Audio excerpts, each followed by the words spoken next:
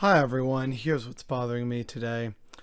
Alberta's healthcare system is on the brink of collapse, and it is all the fault of the Conservatives in power. Jason Kenney and the United Conservative Party of Alberta pretended like the virus wasn't real and that things could totally go back to normal if they just really believed hard enough. And they have ruined the province that they said they would save, and they have put Alberta in such a precarious position that it is per capita the COVID hotspot of North America.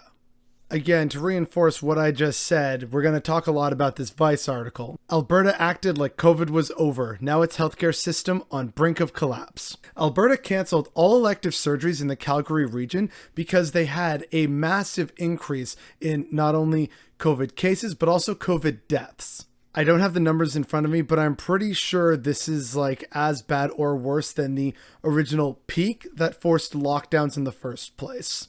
Our healthcare system is truly at the brink of collapse right now, said Ilan Schwartz, an infectious disease clinician and researcher at the University of Alberta. And while doctors and healthcare professionals are literally screaming and pleading with the provincial government of Jason Kenney and the UCP to do something and do the right thing, such as vaccine passports, mandatory mask mandates, mandatory masks in schools and other indoor places. Oh, and a return of contact tracing, which the province got rid of because, well, no, people are vaxxed, right? It's fine. And I'll get to that in a hot second. But yeah, the COVID hotspot of North America got rid of contact tracing because they thought it would be fine. This is your province on unfettered American-style conservatism.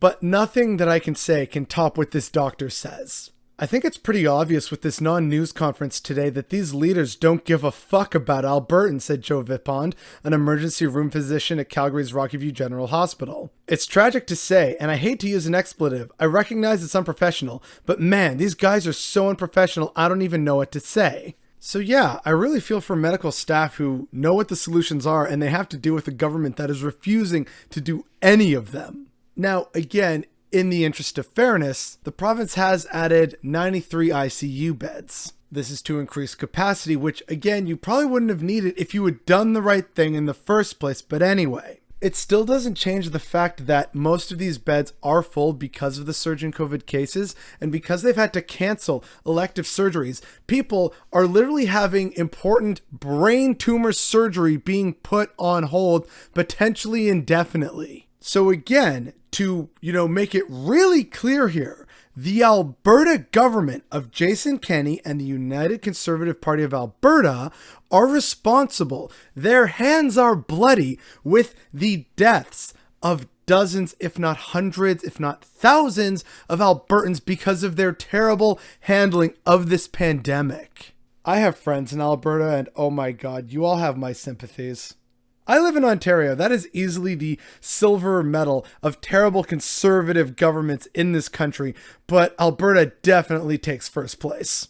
But to again put the numbers into perspective, Alberta had 679 COVID-19 patients in hospital, including 154 in ICU at the end of Wednesday. The province has 15,977 active cases, the highest in Canada, with most attributed to variants. Alberta and neighboring Saskatchewan both have infection rates more than double any other province. Saskatchewan is yet another province governed by conservatives who believe in a more American style of conservatism, which is, if I just believe real hard, all the problems will go away. And again, a lot of the cases are due to variants, which are spreading because these chuckle fucks decided, no, we're not going to go with the science. We're going to look at the situation in the States, especially the red states in the United States, because we think that's a really good idea and we want that here in the prairies, by God. Conservative values are literally killing people who adhere to conservative values. What the hell? And again, folks, it doesn't get better.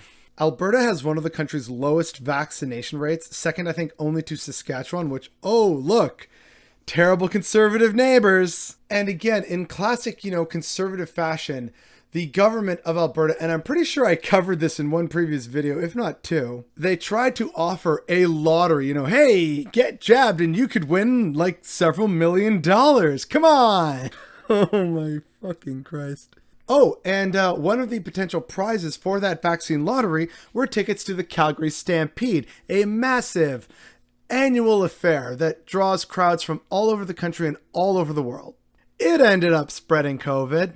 And again, a reminder of how terrible some of these Albertans are and how terrible conservative values have turned this province into just a literal horror show. The Alberta Health Services CEO, Dr. Verna Yu, issued a plea for peace after people gathered outside Alberta hospitals to protest. They were protesting COVID-19 restrictions that are still in place because they refuse to do the right thing. Oh my God. They yelled at and harassed hospital staff for doing their jobs. We are literally at the point where when we were clapping and celebrating hospital workers going to work in the early days of the pandemic, oh, we salute our frontline heroes, yeah! And now they are being protested against by these selfish jackasses who can't see past their own nose and are actively hurting not only themselves, their communities, and their province, but neighboring provinces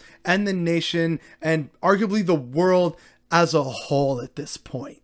These people, be it Jason Kenney and the members of his cabinet and his party and the people who voted for them and put them into power and are protesting people trying to do their jobs and get into a hospital to receive care because they are mad about facing consequences for their terrible actions and inactions. These people are terrible people and they do not belong in civilized society.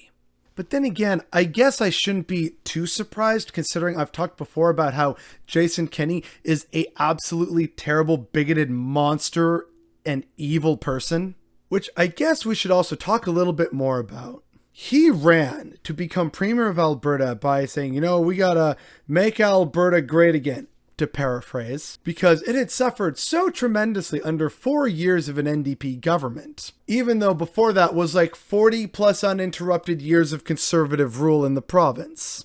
But here's the thing. Jason Kenney, this literal monster who governs a very important province in Canada, and who has consistently put out the loosest and most non-existent of restrictions that he can get away with. He has openly flouted the rules, as that infamous lunch in the sky photograph proved. But this man, if we can call him that, was on vacation for more than 3 weeks as the fourth wave of the pandemic took off. This man and his party and their politics and their policies and their beliefs and values are everything that is wrong with conservatism and how it is quite literally holding the world back. And we have ample evidence of this over the past 18 months. Newsflash, people. This virus doesn't give a shit about your ideas and your values. It's still there, even if you try your damnedest to pretend it's not. It has eaten away at the lives of thousands of your fellow Albertans. And yet you have the audacity to protest and still think that this could be solved in any way other than not doing what you really want to do, which is wrong. It's like you're adding gasoline to a fire and wondering why it's not going out. You all live in a fantasy land of your own making, and it's hurting other people just as much as it's actually hurting you, and yet you don't see that. And so this damage is going to continue unabated for a while, and the fact that you can't see that is definitely what's bothering me today.